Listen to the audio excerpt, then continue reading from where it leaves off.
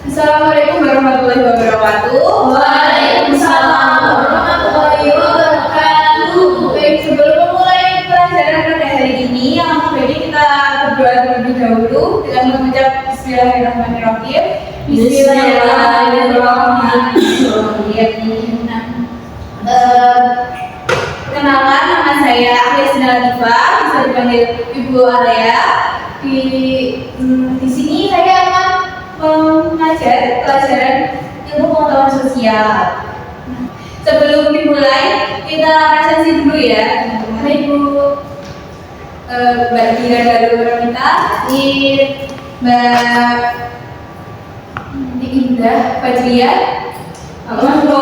Masuk mana? Izin dulu. Oh, izin. Mbak Asril hadir. Mbak Karisma hadir. Ibu Mbak Tika hadir, Bu. Alhamdulillah ada semua ya, dan izin satu. Baik, jadi pada materi sebelumnya kalian sudah belajar mengenai sejarah lokal ya. Ya, pada materi sejarah lokal itu tokoh-tokoh pada saat itu sudah ada permasalahan-permasalahan seperti yang ada di gambar ini. Ada yang bisa menyebutkan permasalahan apa? Sejarah sosial. Betul sekali, Mbak Dira. Yang di gambar pertama itu adalah gambar kesenjangan sosial dan juga kemiskinan ya. Yang kedua, gambar yang kedua ada gambar apa, teman-teman? Kesetaraan gender. Nah, betul. Yang kedua, gambar kedua itu merupakan gambar kesetaraan gender. Jadi pada materi kali ini kita akan membahas mengenai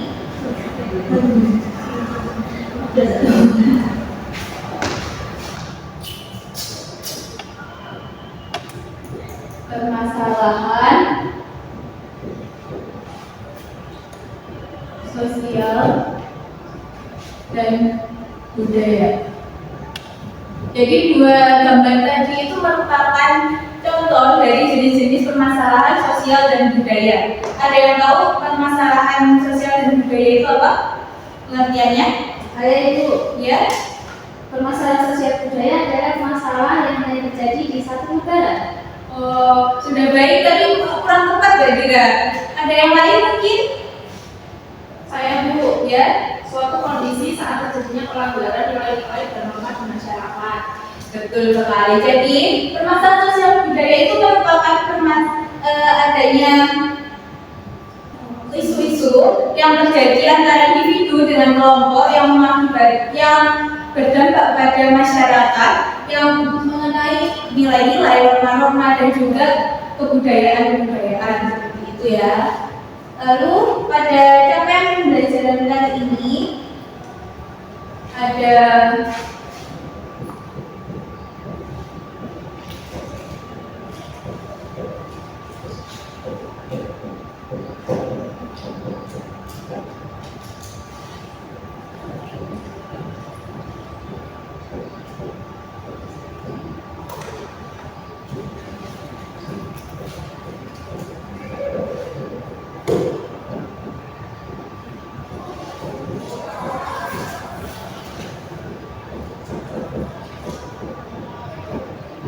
siswa mampu memahami permasalahan sosial dan budaya. Dengan tujuan pembelajarannya ada dua.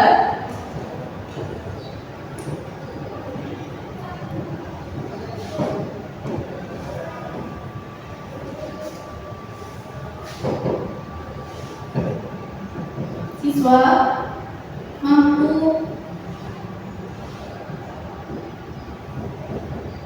menjelaskan pengertian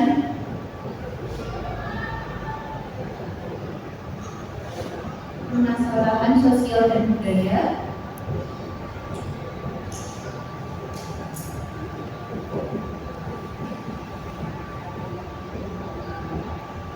lalu ada yang kedua, siswa mampu menganalisis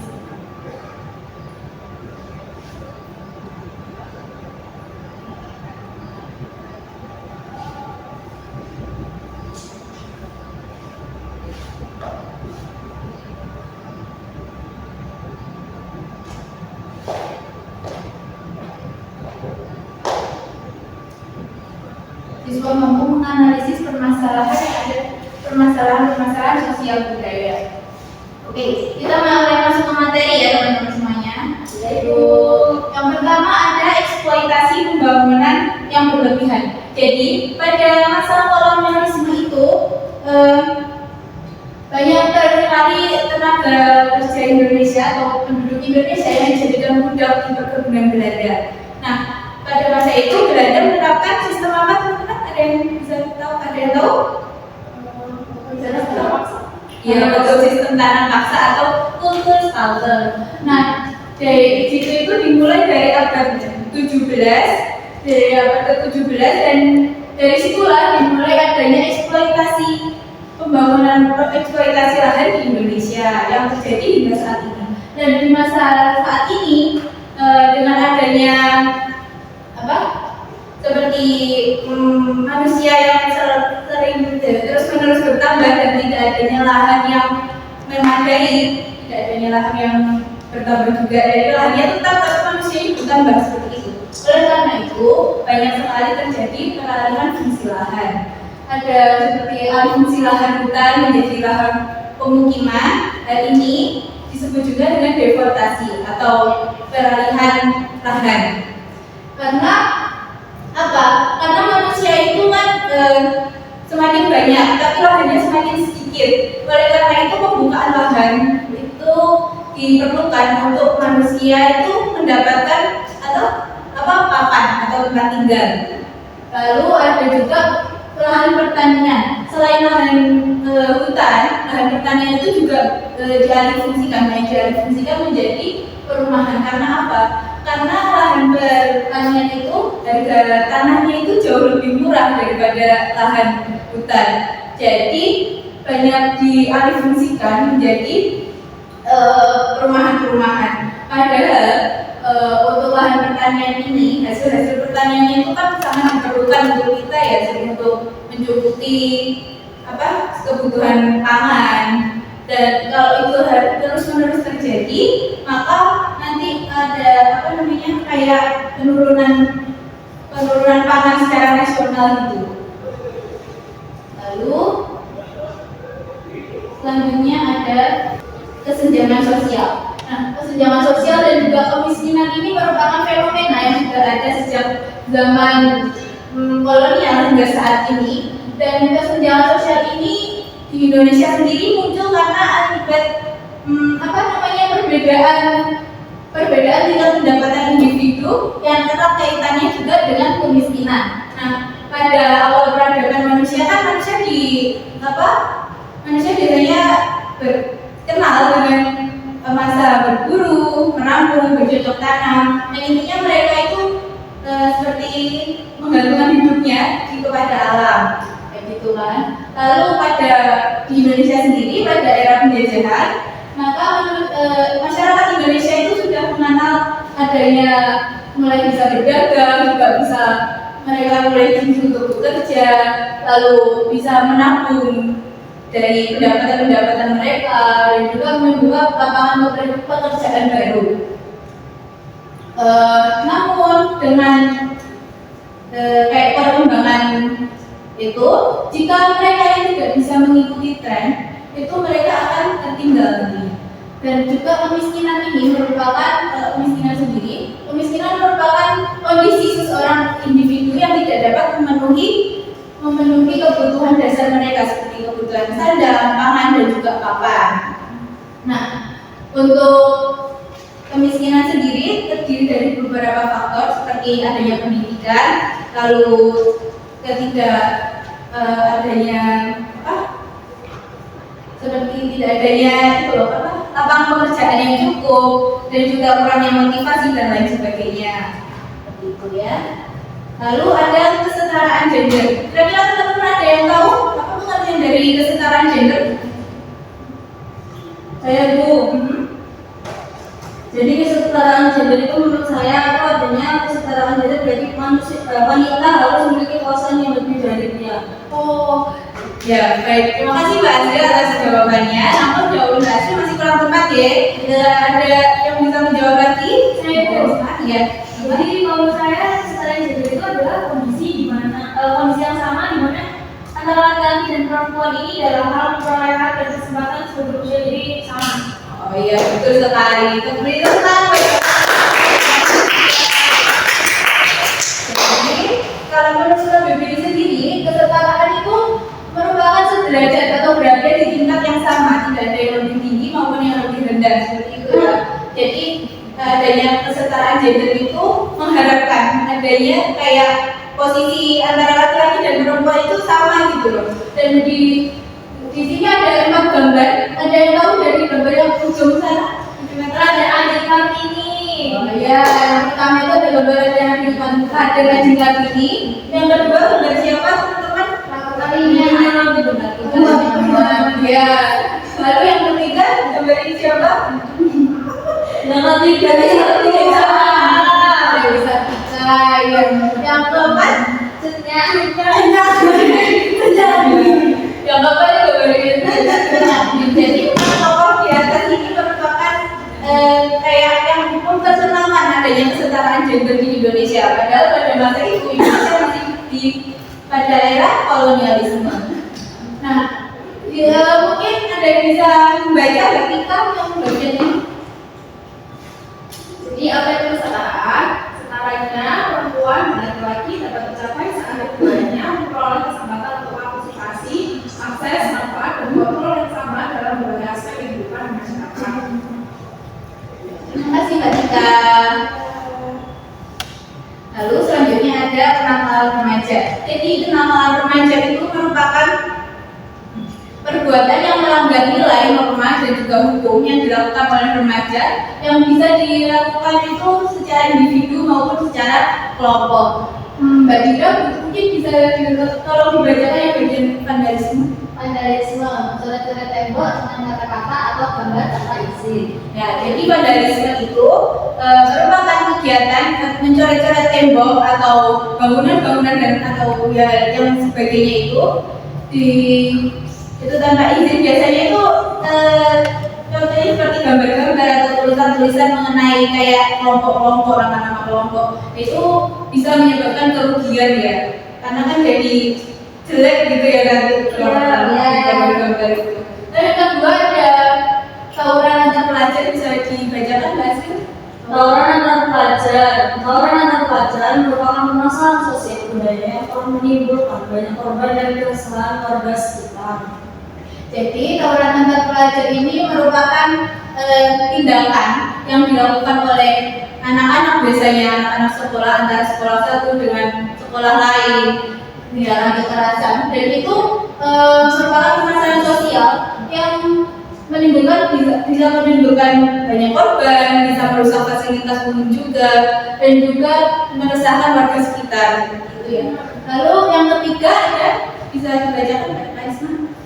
Yang ketiga adalah penyalahgunaan narkotika. Narkotik seperti opium dan ganja sebenarnya adalah obat untuk menenangkan saraf dan menghilangkan rasa sakit. Penggunaan di luar resep dokter menyebabkan hilang kesadaran dan ketergantungan serta dapat dikenai hukuman karena ilegal. Terima kasih. Jadi seperti yang dibacakan Mbak Karisma tadi, narkotik seperti opium dan ganja itu bentuknya bisa dijadikan obat asalkan dengan resep dokter. Nah, narkotika itu juga dikenal sebagai nafza. Ada yang tahu nafza itu apa? Narkotika, psikotropika dan zat adiktif. Ya betul sekali. Terima kasih Mbak Asti. Jadi nafza, narkotika atau nafza itu bisa dijadikan obat selagi masih dengan resep dokter ya. Nah, kalau tidak dengan resep dokter, itu nanti bisa mengakibatkan ya itu seperti hilang kesadaran, ketergantungan, dan juga bisa dikenakan sanksi atau dihukum penjara dan sebagainya, itu karena merupakan hal yang ilegal. Setelah ini Ibu akan memutarkan video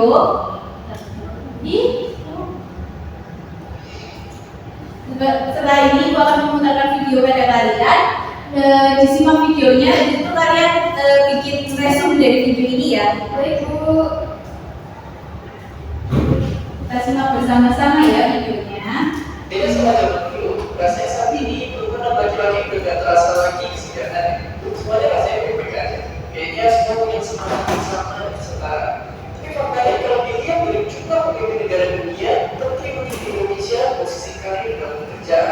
kesenjangan nyatanya masih ada. Itu bikin satu kenaikan kita punya saat ini. Apakah kesetaraan itu menjadi ilusi semata?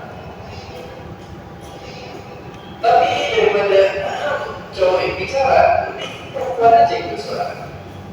Oke, terima kasih Rosa. Bisa dibilang ya, kesetaraan ini mungkin belum dirasakan sama semua perempuan. Kita setara, tapi belum merata. Kita tunjukin sama penelitian yang bilang Indonesia di posisi 85 dari 149 negara soal kesenjangan gender. Artinya, perempuan di Indonesia masih ada banyak masalah yang bikin mereka belum bisa benar-benar punya kesempatan yang sama. Tapi, apakah sebenarnya yang menghambat perempuan untuk memimpin?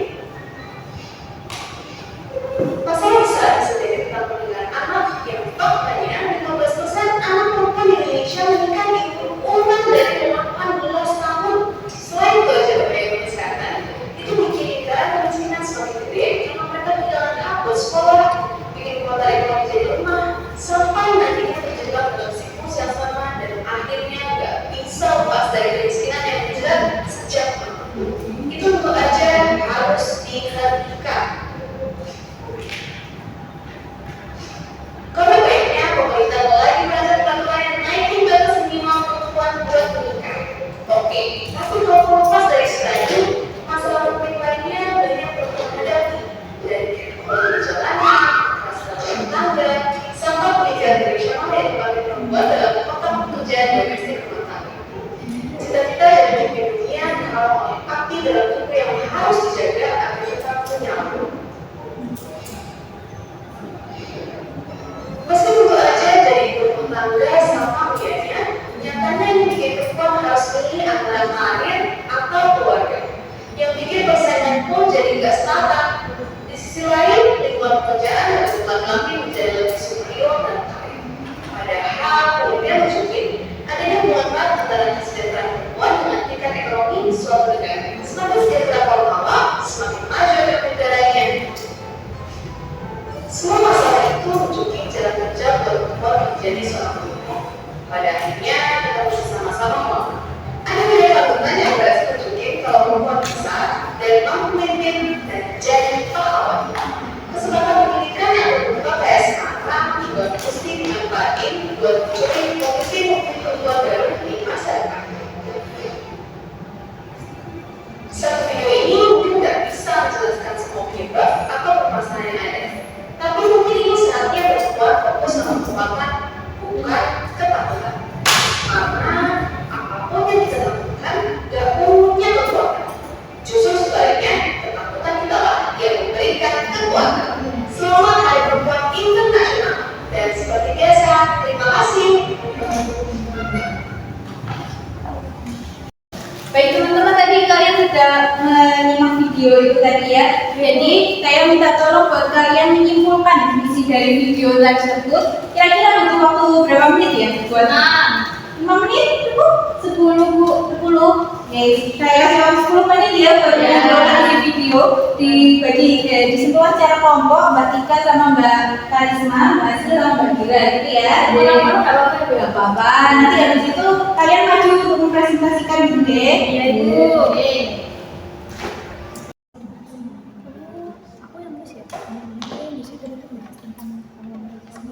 Teman-teman, jika ada yang merasa kesulitan mungkin bisa ditanyakan.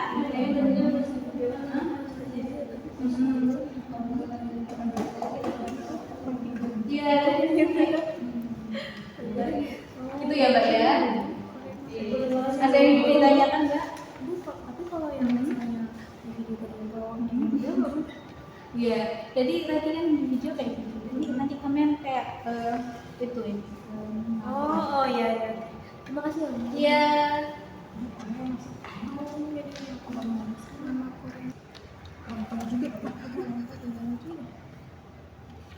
Baik teman-teman, sudah selesai ya untuk berdiskusi kelompoknya. Sudah. Jadi sekarang Ibu minta untuk kelompoknya Mbak Dira sama Mbak Asri maju ke depan buat membacakan hasilnya.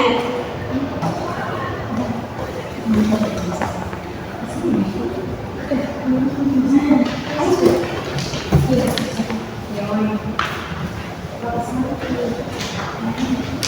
Silakan baca Mbak ini ya. Jadi video ini membahas tentang pentingnya kebijakan yang mendukung kesetaraan gender di tempat kerja, seperti cuti parental yang adil, fleksibilitas waktu kerja, dan pembagian tugas rumah tangga yang lebih merata. Lalu yang selanjutnya yaitu lingkungan kerja yang inklusif dan mendukung perempuan sangat penting untuk meningkatkan jumlah pemimpin perempuan. Kebijakan yang proaktif dapat membantu memecahkan hambatan-hambatan yang ada. Setiap analisis ini membantu memahami kompleksitas masalah yang dihadapi kepemimpinan dan pentingnya perubahan di berbagai level untuk menciptakan kesetaraan gender. Terima kasih. Beri tepuk tangan buat Mbak Afi dan Mbak Asil. Selanjutnya kelompok yang berbicara tentang Mbak Karisma, silakan maju. Baik Ibu.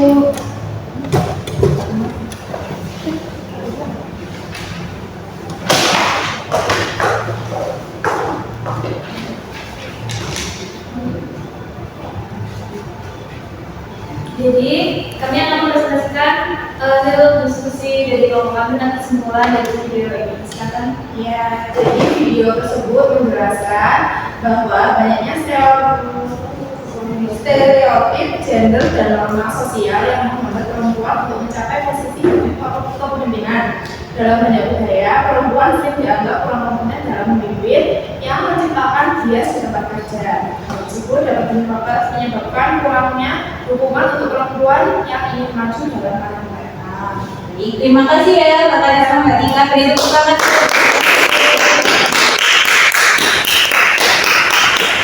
Setelah ini akan masuk ke sesi kuis, teman-teman. Bisa dibuka HP-nya masing-masing ya. Hari ini boleh pakai HP dulu kali. Yeay. Baik, tim kuisnya udah Ibu bagikan ya. Bisa kalian bisa masuk ke tim kuisnya.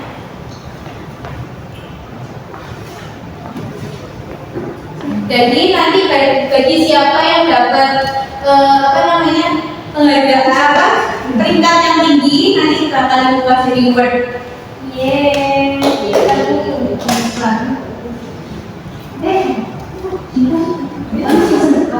Namanya pakai nama masing-masing ya. Ya, salah membantu. Langsung bisa nggak ya langsung masukin kode? Iya. Belum. Lihat karena aku salah. Bisa dulu Kak. Nama siapa ya? Itu, nama aku sebenarnya. Waktu itu tiga ya Bapak. Iya. Jadi ini kita ya apa dia? Ya. Dengan Satu. Sudah semua ya, semua ya. Bisa dimulai ya. Ya. Bisa dimulai ya teman-teman. Baik, kita mulai ya. 1, 2, 3.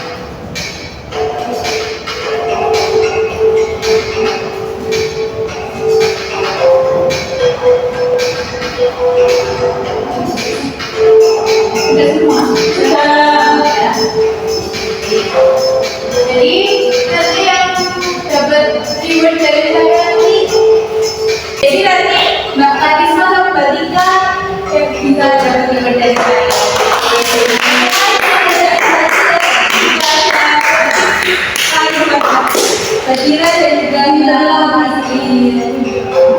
Desa.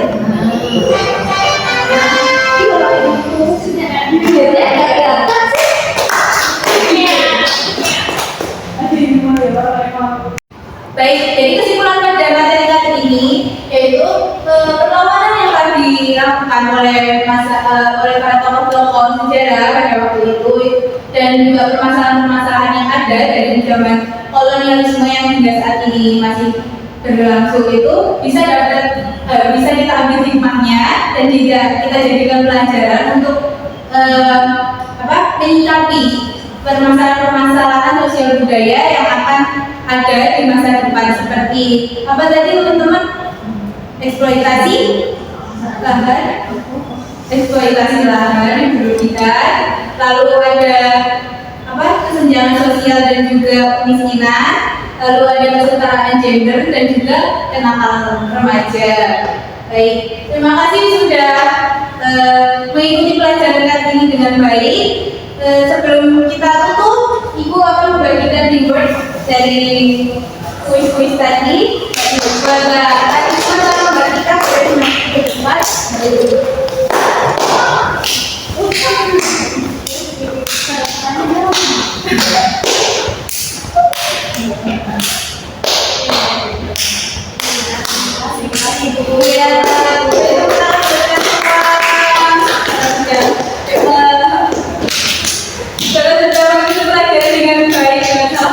Ya.